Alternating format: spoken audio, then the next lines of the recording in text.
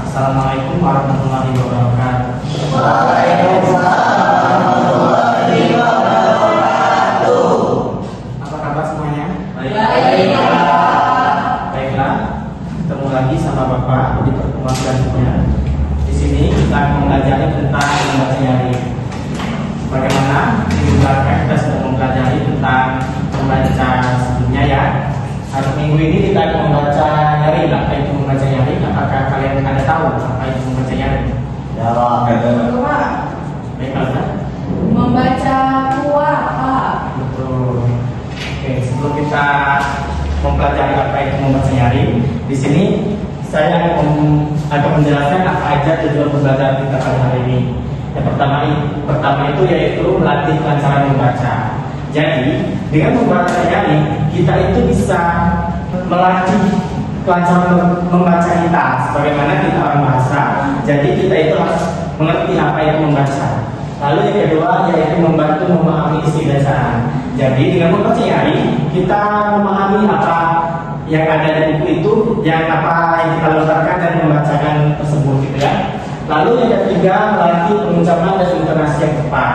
Dengan membaca di buku itu biasanya sudah ada ya titik, koma, tanda bacanya. Jadi dengan membaca yang ini kita bisa melatih pengucapan dan intonasi yang tepat.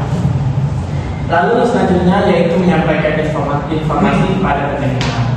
Jadi dengan membaca nyari ini kita bisa menyampaikan informasi yang kita bacakan tersebut kepada pendengar yang mendengar kita membaca tersebut. Lalu yang selanjutnya yaitu menumbuhkan rasa percaya diri kepada saat berbicara di depan orang lain. Nah, dengan membaca nyari ini kita bisa menumbuhkan rasa percaya diri kita kepada seseorang saat berbicara di depan orang lain, di depan audiens ya.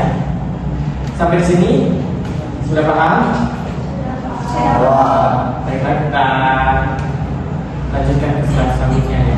Nah, ini pengertian membaca nyari, yaitu kegiatan membaca dengan suara keras atau lantang sehingga dapat didengar oleh orang lain. Nah, dengan membaca nyari ini kita bukan hanya membaca untuk diri kita sendiri, tetapi juga membaca nyari ini membaca untuk di depan orang banyak gitu ya, membaca dengan lantang dan intonasi yang baik.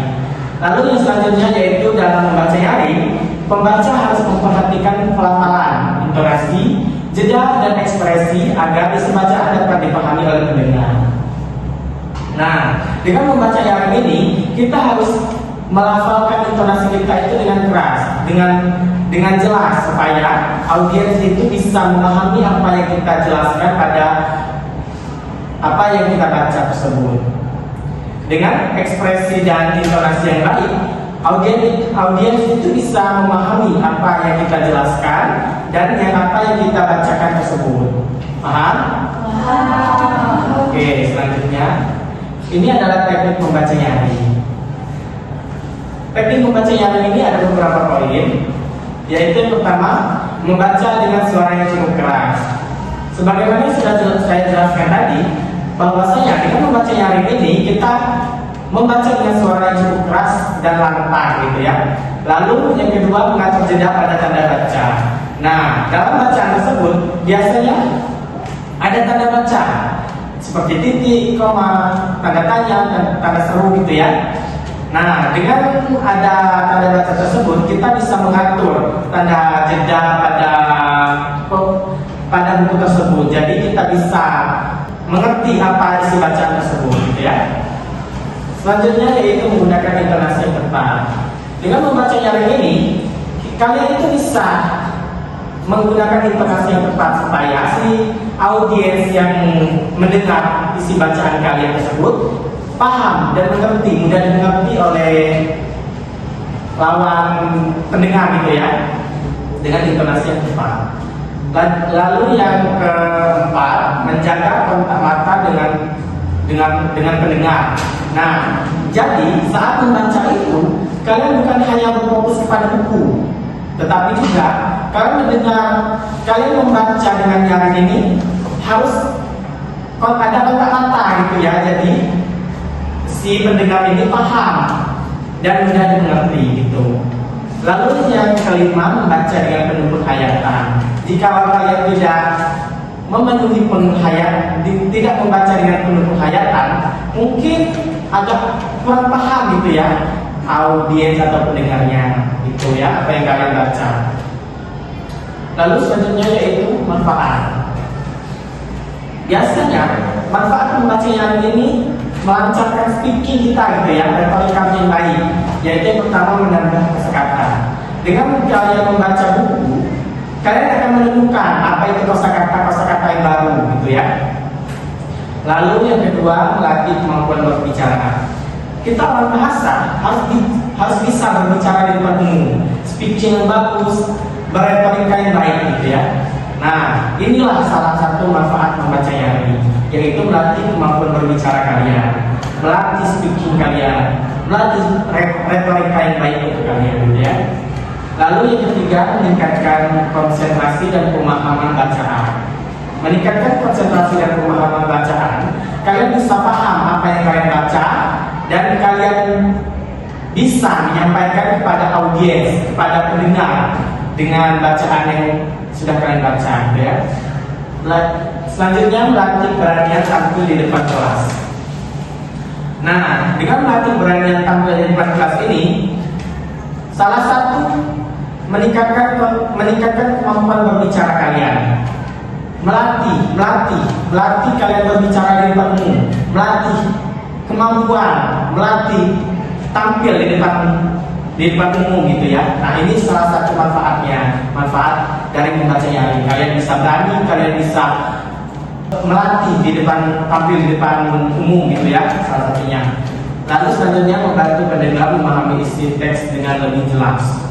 Membantu pendengar memahami isi teks dengan lebih jelas. Nah, dengan membaca Yari, kalian bukan hanya ngasih ucap bacaan kepada pendengar, tetapi juga kalian paham apa yang kalian jelaskan. Nah, itu salah satu manfaatnya ya. Oke, sebelum saya mengakhiri pembelajaran dan penjelasan saya pada hari ini, apakah ada yang ingin ditanyakan mengenai membaca Yari ini? Oke, cukup ya. Jadi sampai sini kalian paham kan apa itu membaca Yari? Oke. Nah, sebelum saya tutup pembelajaran kita pada hari ini, ada kesimpulan. Apakah di antara kalian ada yang bisa baca apa itu kesimpulan kita pada hari ini? Saya Pak. Oke, untuk saudari Ani. Membaca Yari adalah kegiatan membaca dengan suara lantang untuk menyampaikan isi bacaan kepada pendengar. Membaca Yari bermanfaat untuk melatih pelafalan, intonasi, kefasihan, dan rasa percaya diri dalam berbahasa. Betul. Nah, dengan membaca Yari ini, kalian ngerti kan apa itu membaca Yari? Membaca Yari itu kalian membaca tetapi ada orang yang mendengar gitu ya.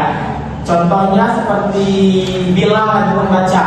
Nah, di depan Bila itu ada si pendengar. Contohnya kepada Fajar, A, Galuh, Aris, Kevin. Nah, kalian itu pendengar, sebagai pendengar. Jadi Bila itu sebagai pembaca Yari tersebut gitu ya. Nah, dengan membaca Yari ini ada beberapa manfaatnya, yaitu sudah saya jelaskan tadi. Pertama, pelafalan intonasi dan kefasihan dan rasa percaya diri dalam berbahasa. Oke, mungkin itu saja pertemuan kita pada hari ini. Sampai sini belum? Apakah ada yang ditanyakan? Tidak. Oke. Cukup ya.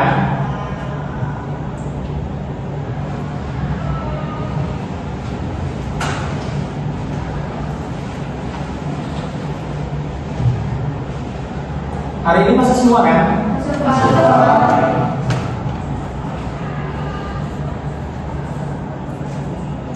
Oke, itu saja yang saya sampaikan. Lebih dan kurang saya mohon maaf. Saya akhiri. Wassalamualaikum warahmatullahi wabarakatuh.